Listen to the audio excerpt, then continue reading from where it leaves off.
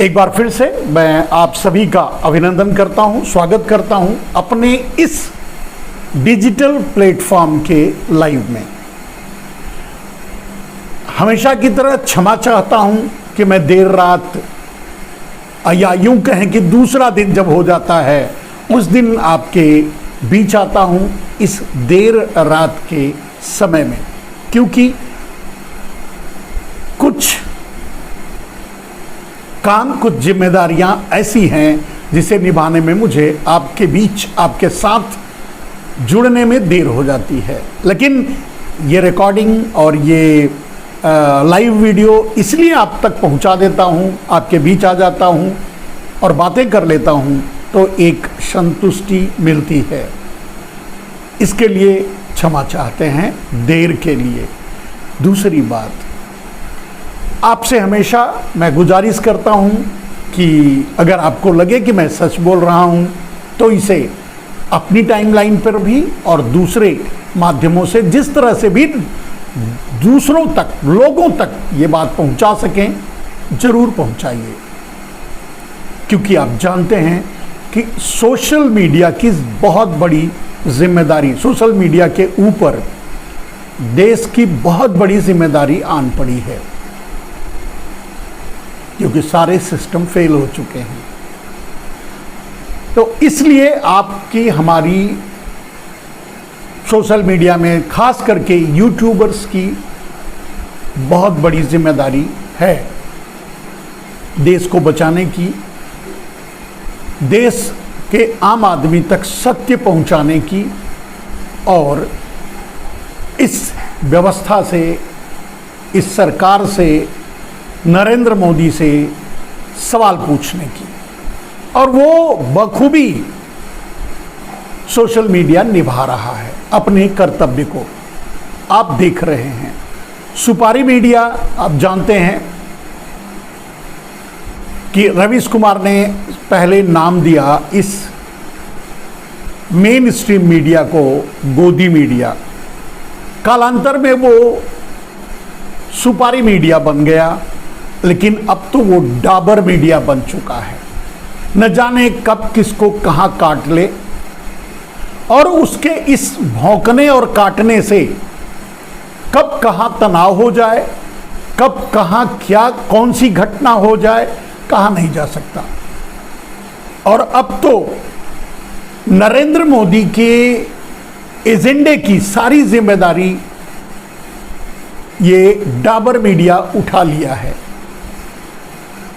नरेंद्र मोदी का एजेंडा है देश को बांटो, देश को मारो, काटो, लूटो, अडानी अंबानी तक पहुंचाओ, उनकी झोली भरो, हिंदू मुसलमान में दंगे कराओ और उसी दंगे के सहारे चुनावी राजनीति करो।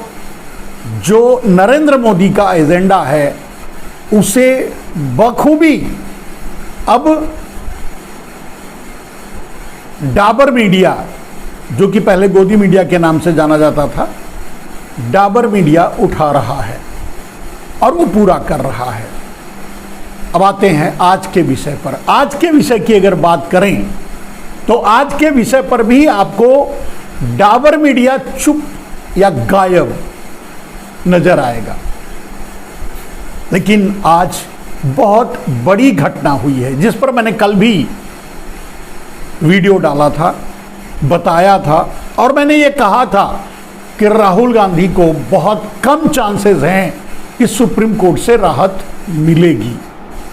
लेकिन सुप्रीम कोर्ट के विवेकाधिकार पर निर्भर करता है कि वो अपने विवेक का प्रयोग करते हुए, अपने पावर का प्रयोग करते हुए कोई नई व्यवस्था दे, कोई नई व्याख्या करे या कोई नया मील का पत्थर रखे, तो राहुल गांधी के पक्ष में फैसला दे सकता है। ये सुप्रीम कोर्ट कर सकता है और ये पावर भी सुप्रीम कोर्ट के हाथ में है, क्योंकि राहुल गांधी ने सीधे कह दिया है कि मैं माफी नहीं मांगूंगा। तो सुप्रीम कोर्ट के अब विवेकाधीन पर निर्भर है कि वो अपने कितने विवेक का प्रयोग करेगा और राहुल गांधी के पक्ष में फैसला देगा। ये मैंने कल आपको बताया था। लेकिन राहुल गांधी के पक्ष में फैसला आएगा या राहुल गांधी के विरोध में फैसला आएगा, दोनों में राहुल गांधी की जीत है। मैंने आपसे यह भी बताया है और शुरू से बता रहा हूं, आज भी फिर एक बार बता रहा हूं कि यहां तक केस को लाने में और इस केस की शुरुआत से लेकर सब कुछ राहुल गांधी का माइंड गेम है। यूं कह सकते हैं राहुल गांधी का एक पॉलिटिकल प्लान है, या मैंने यह भी कह दिया कि राहुल गांधी पूरी तरह से नरेंद्र मोदी पर छा चुके हैं, नरेंद्र मोदी को ओवरटेक कर चुके हैं, नरेंद्र मोदी को जीत चुके हैं, क्योंकि उनके दिमाग पर पूरी तरह से राहुल गांधी कब्जा कर चुके हैं। आज जो फैसला आया, अगर वो फैसला राहुल गांधी के पक्ष में नहीं होता तो भी राहुल गांधी की जीत थी, और आज राहुल गांधी के पक्ष में फैसला आया, वो भी राहुल गांधी की जीत है। राहुल गांधी के विरोध में फैसला आने पर या सुप्रीम कोर्ट ये भी कह सकता था कि अगर राहुल गांधी माफी नहीं मांग रहे हैं और मांगने के लिए तैयार नहीं है और उन्हें उसी केस में सजा दी गई है, तो सुप्रीम कोर्ट भी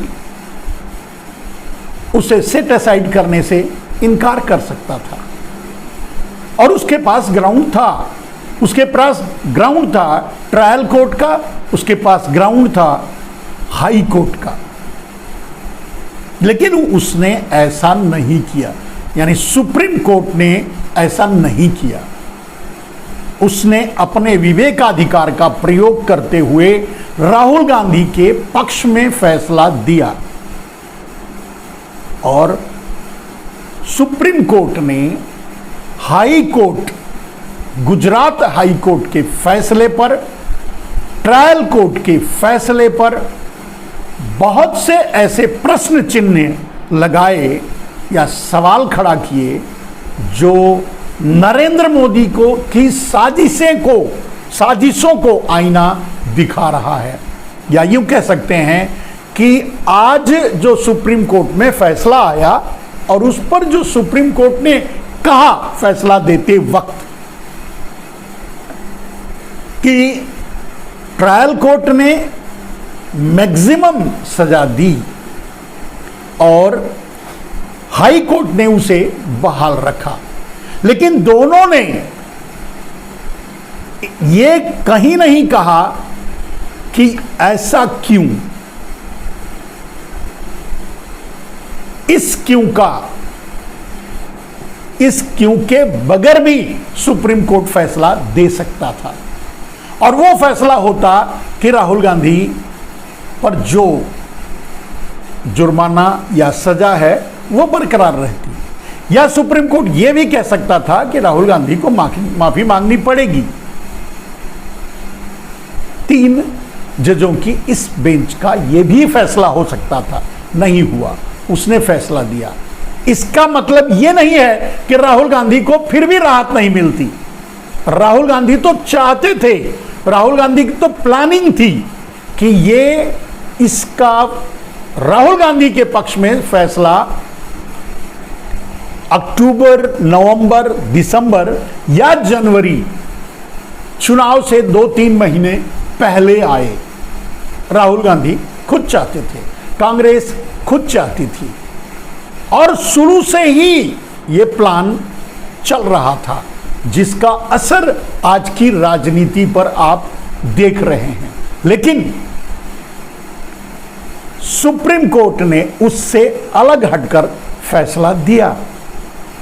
सुप्रीम कोर्ट ने राहत दी, सुप्रीम कोर्ट ने सेट असाइड किया उन पर लगे आरोपों को और उनको मिली सजा को।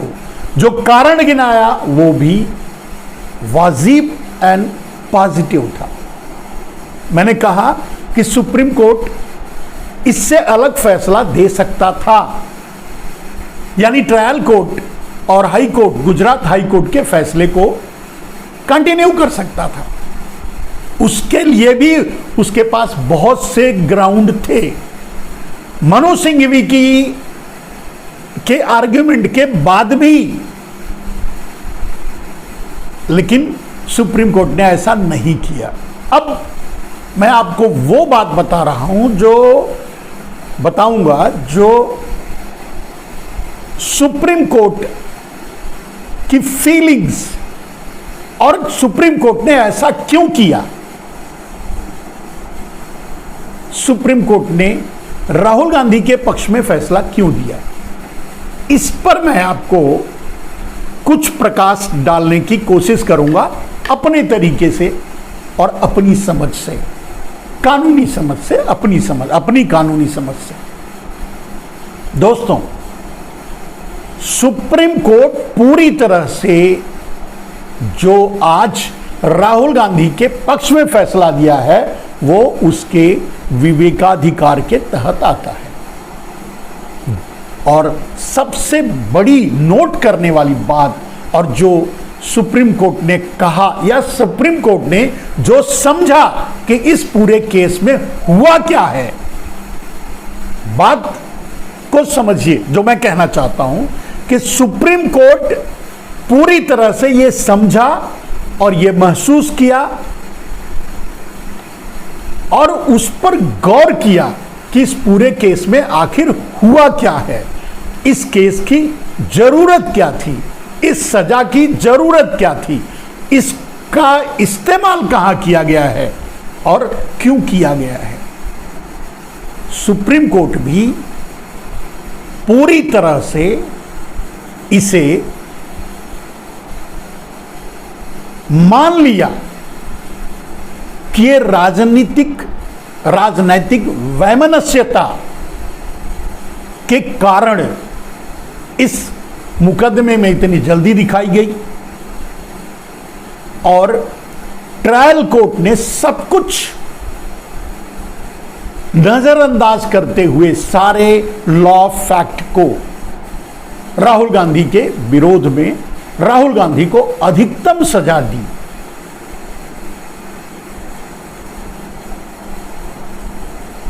उसके बाद हाई कोर्ट में या उसके ऊपर जब कोर्ट में अपील हुई तब, या हाई कोर्ट में आने के बाद, गुजरात हाई कोर्ट में आने के बाद, गुजरात हाई कोर्ट ने ट्रायल कोर्ट के फैसले को कंटिन्यू किया, लेकिन उसके लिए कोई आधार नहीं दिया। लेकिन सुप्रीम कोर्ट क्या समझा? सुप्रीम कोर्ट यह अच्छी तरह समझ गया कि अगर इस फैसले पर नजर डाला जाए और यह फैसला अगर कंटिन्यू हो जाता है तो देश में एक बहुत खतरनाक, आप ध्यान से सुनिए, एक बहुत खतरनाक और एक बहुत बड़ा मैसेज जाएगा, और वो होगा कि क्या अब राज्य एक दूसरे राज्य के लोगों के प्रति, किसी राज्य का हाई कोर्ट, किसी राज्य का लोअर कोर्ट दूसरे राज्य के लोगों से एक अलग तरीके से फैसला देगा। खास करके ये गुजरात के कोर्ट से, ट्रायल कोर्ट और गुजरात के हाई कोर्ट ने जो फैसला दिया उसे एक राज्यवादी या एक राजनीतिकवादी या एक मोटिवेटेड फैसले के रूप में जाना जाएगा। और ये अगर आगे बढ़ता है तो देश में संवैधानिक समस्या, बहुत बड़ी संवैधानिक समस्या खड़ी हो जाएगी। पता चलेगा कि गुजरात के आदमी को उत्तर प्रदेश में न्याय नहीं मिलेगा, पता चलेगा बिहार के आदमी को गुजरात में न्याय नहीं मिलेगा, पता चलेगा दिल्ली के आदमी को हरियाणा में न्याय नहीं मिलेगा, हरियाणा के हाई कोर्ट में न्याय नहीं मिलेगा, या पंजाब के हाई कोर्ट में न्याय नहीं मिलेगा। ये अगर मैसेज जाता है, जो कि इन अदालतों ने, गुजरात की अदालतों ने इसे प्रतिपादित कर दिया था और जिसे सुप्रीम कोर्ट ने रोका या मिटाया या उस पर पानी डालने की कोशिश की। और सुप्रीम कोर्ट ने जब यही महसूस किया कि यह केस भी जानबूझकर, इस केस के फैसले को जानबूझकर या मोटिवेटेड तरीके से या टारगेटेड तरीके से राहुल गांधी की राजनीति को टारगेट किया गया है, इसलिए सुप्रीम कोर्ट ने अपने अधिकार का प्रयोग करते हुए इस फैसले को पलटा, रोक लगाई। मैंने कहा था मेरे दोस्त, अगर आज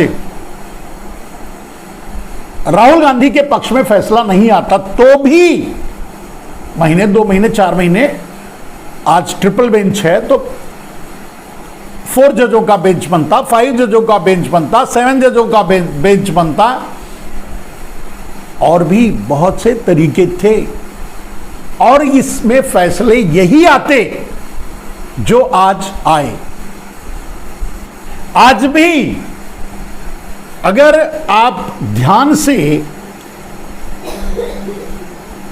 मनु सिंघवी के आर्ग्यूमेंट को देखेंगे तो आपको लगेगा, अगर आप कानून के जानकार हैं, अगर कानून जानते हैं, तो मनु सिंघवी के अगर आर्ग्यूमेंट को देखेंगे तो आपको लगेगा कि मनु सिंघवी आज जो आर्ग्यूमेंट किए उससे यह नहीं लगता कि वो चाहते हैं कि राहुल गांधी को आज उनके पक्ष में फैसला आए या उनको सजा से माफी मिल जाए या सजा पर रोक लगाई जाए, या जो कोर्ट ने फैसला दिया, सुप्रीम कोर्ट ने, वो मनु सिंघवी नहीं चाहते थे। लेकिन जो संवैधानिक जिम्मेदारी थी, जो उनका अपना आर्ग्यूमेंट था, वो अस्तरीय, मतलब वो ये था कि ठीक है, अगर फैसला आएगा तो ठीक है और नहीं आएगा तो भी ठीक है। इस बात को शायद कोई और लोग या कोई और पत्रकार इस बात को नोट नहीं कर रहा है या इस पर कोट नहीं कर रहा है, लेकिन सच ये है।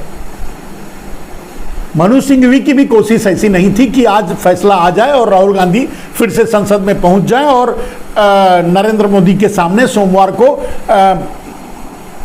संसद में बैठे, और इतने जल्दी होगा भी नहीं, क्योंकि उन्हें उनका घर खाली करवाने के लिए, राहुल गांधी के लिए, और संसद से बाहर निकालने के लिए जितनी तेजी जितनी तेजी संसद ने दिखाई थी, उतनी तेजी से वो इन्हें फिर से संसद में बुलाएगा, वहां बिठाएगा या इनका घर वापस दिलाएगा। ऐसा कुछ होने वाला नहीं है, यह भी ध्यान रखिए। तो कहने का अर्थ यह है कि मनु सिंघवी का आर्ग्यूमेंट अगर ध्यान से देखेंगे, कोट किए हुए, या राहुल गांधी ने जो एफिडेविट दिया, अगर उस पर ध्यान देंगे तो आपको लगेगा कि कांग्रेस को जल्दी नहीं थी इस फैसले की